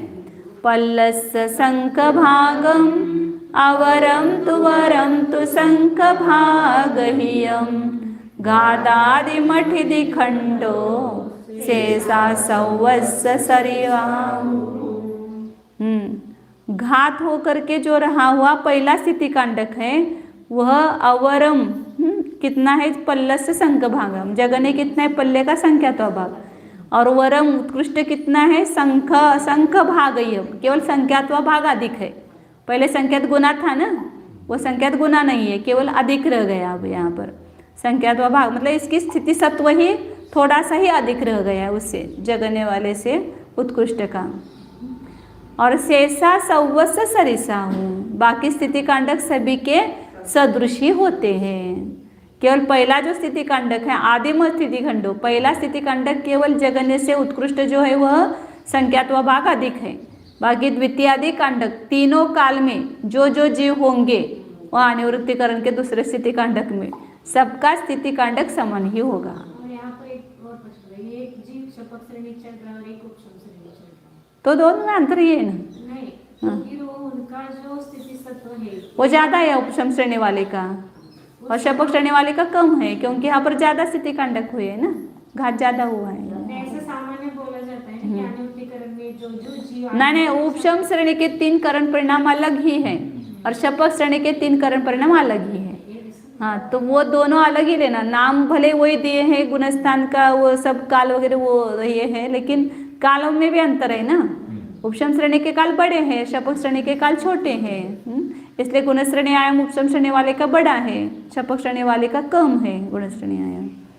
तो ये सब अलग ही है अंतर, भले वही गुणस्थान कहे हैं लेकिन सब वर्णन अलग आएगा दोनों का। यहाँ पर गुण श्रेणी आयाम जो उन्होंने बताया 8वां 9वां 10वां और 12वें गुणस्थान का उसके कुछ अधिक, वो छोटा है और उससे भी जो यहाँ पर 8वां 9वां 10वां और 11वां, लेकिन वह 10वें से संख्यात्वा भाग अधिक ही करता है। 11वां गुणस्थान में अलग ही है ना गुण श्रेणी, नहीं वो 10वें नाही ना, 10वां आणि त्याच्यापेक्षा काही का अधिक, हाँ। ना गुणश्रेणी, इन दोनों गुणश्रेणी आयाम में भी संख्यात गुना है वो उपशम श्रेणी वाले का बड़ा। आगे आगे के गुण श्रेणी आयाम संख्यात गुणहीन है ना, तो उपशम श्रेणी के बाद उपशांत मोह का नंबर आता है और फिर उपशांत मोह के बाद क्षपक 8वां 9वां 10वां गुणस्थान आता है, फिर क्षीण मोह आता है, जो गुणश्रेणी रिजरा के स्थानों में आता है ना नंबर।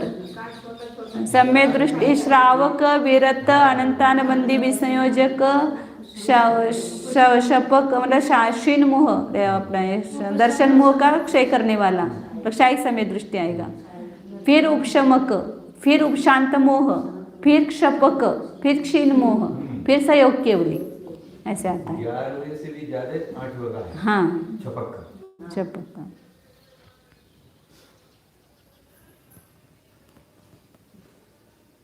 11 से 8 छोटा है महाराज।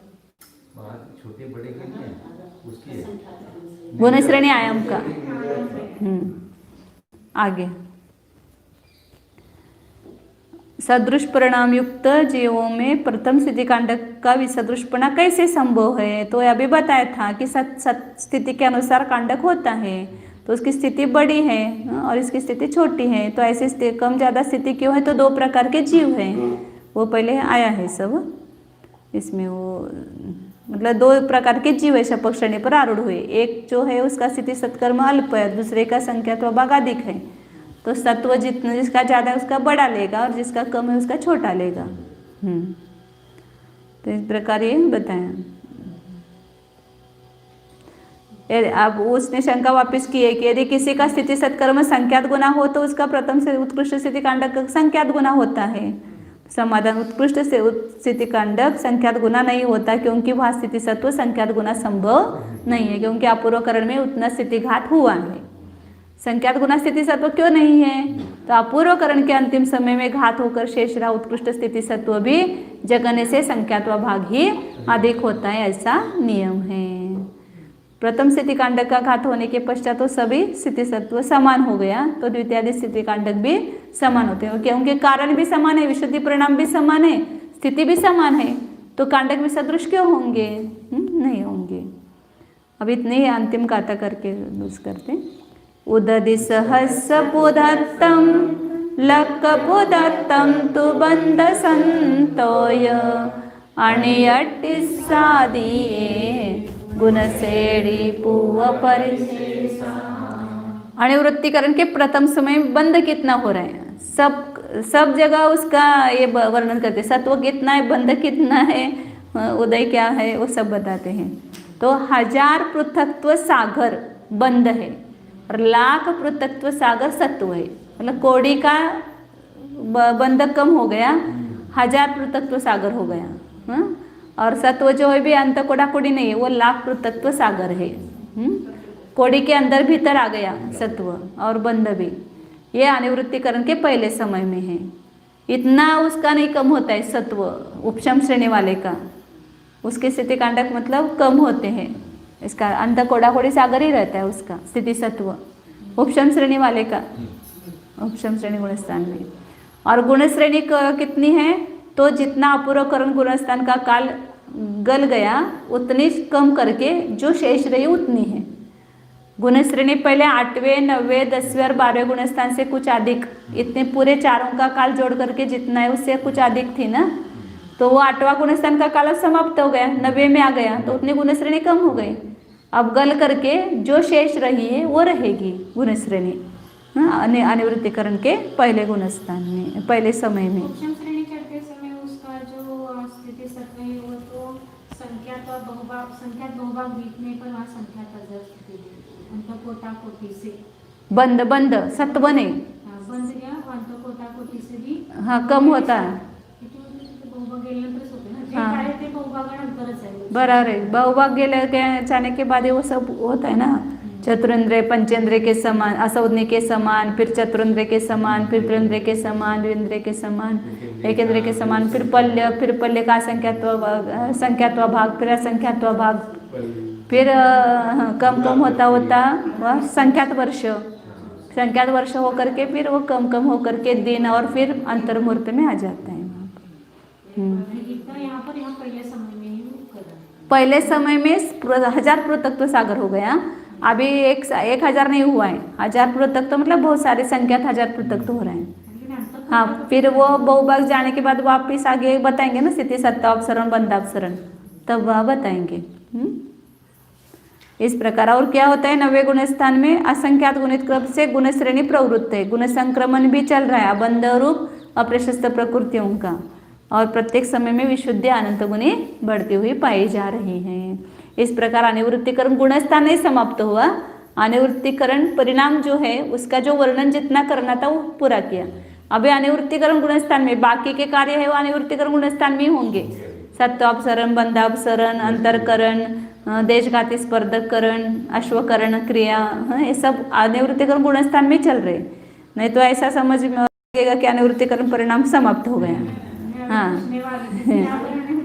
अधिकार अनिवृत्तिकरण अधिकार समाप्त हुआ, उसमें जो नई बात बतानी थी वो बता दी, पहले शुरू की। अब जो आगे होने वाला कार्य है वो आगे बताएंगे। उसका वो करण अलग दिया ना, वो स्थिति सत्वापसरण एक करण 13 कार्य दिए, तो उसमें अनिवृत्तिकरण का जो वर्णन करना था वो समाप्त हुआ। लेकिन बाकी के जो आगे के हैं वो सब कार्य उसी गुणस्थान में होंगे 90 में ही। वहाँ पर जैसे उपशम श्रेणी में चढ़ते समय स्थिति बंधापसरण बहुभाग बीतने पर हो रहा था, यहाँ पर पहले समय से ही वो कार्य होंगे क्या? नहीं, वो यहाँ पर भी बहुभाग बीतने पर ही होगा।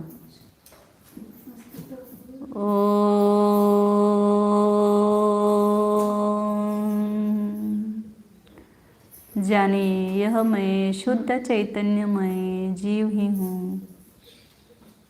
अपनी तरफ देखिए, कर्म को देखते देखते स्वयं को मत भूलिए। ये कर्म किस प्रकार मेरे निज चैतन्य स्वरूप के वेदन के कारण उसकी शक्ति स्थिति कैसे कम हो रही है, इसका ये सब लेखा जोखा चल रहा है। लेकिन उस विशुद्ध परिणाम बनाने के लिए मुझे तो स्वसन्मुख ही होना पड़ेगा। तो स्वसन्मुख हो जाइए। यह मैं शुद्ध चैतन्य व आनंद स्वरूप जीव ही हूँ। कर्म मेरी सत्ता में नहीं है। मेरी सत्ता में केवल चैतन्य ही है। चिदात्मक अनंत गुणों से परिपूर्ण हूँ। कर्म का एक भी परमाणु मेरे स्वरूप में प्रविष्ट नहीं है, मेरे स्वरूप के बाहर ही है। कार्बन शरीर मुझसे अत्यंत भिन्न है।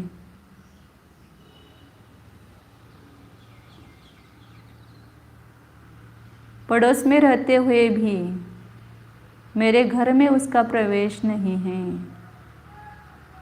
चैतन्य चैतन्य में ही है, कर्म कर्म में ही है, उपयोग में ही उपयोग है, कर्म में कर्म ही है, उपयोग में कर्म नहीं है। उपयोग में भाव कर्म नहीं, द्रव्य कर्म नहीं, नो कर्म भी नहीं है। मेरी सत्ता केवल एकत्व स्वरूप ही है। एक छत्राधिपति राज्य है। मेरे अनंत गुणों पर मेरा अकेले का ही राज्य है। कर्म का राज्य नहीं है। कर्म मेरे ऊपर राज्य नहीं कर सकता है। जानिए।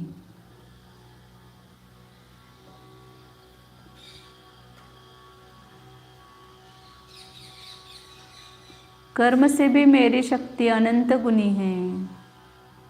उस अपने अनंत गुणी शक्ति का ख्याल कीजिए, प्रतीति कीजिए।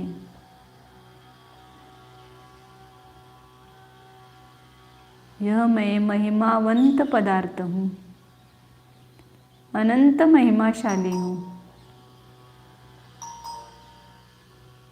ये सब किसकी महिमा चल रही है? स्वरूप की तो महिमा है। अद्भुत चैतन्य रत्नाकर है। देखिए अपने को, शब्द से नहीं, शब्दातीत होकर उस वस्तु का निरीक्षण कीजिए।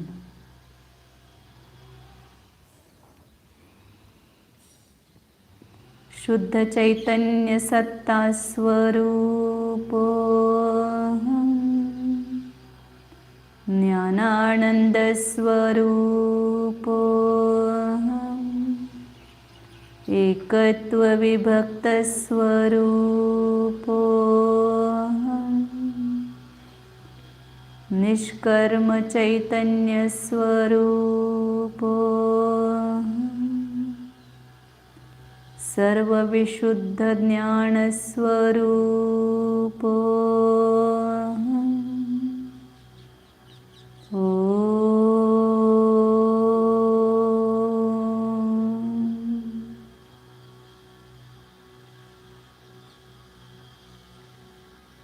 विसर्जन। नमो अरिहन्ताणं नमो सिद्धाणं नमो आयर्याणं नमो वज्रायाणं नमो लोये सौबसावोणं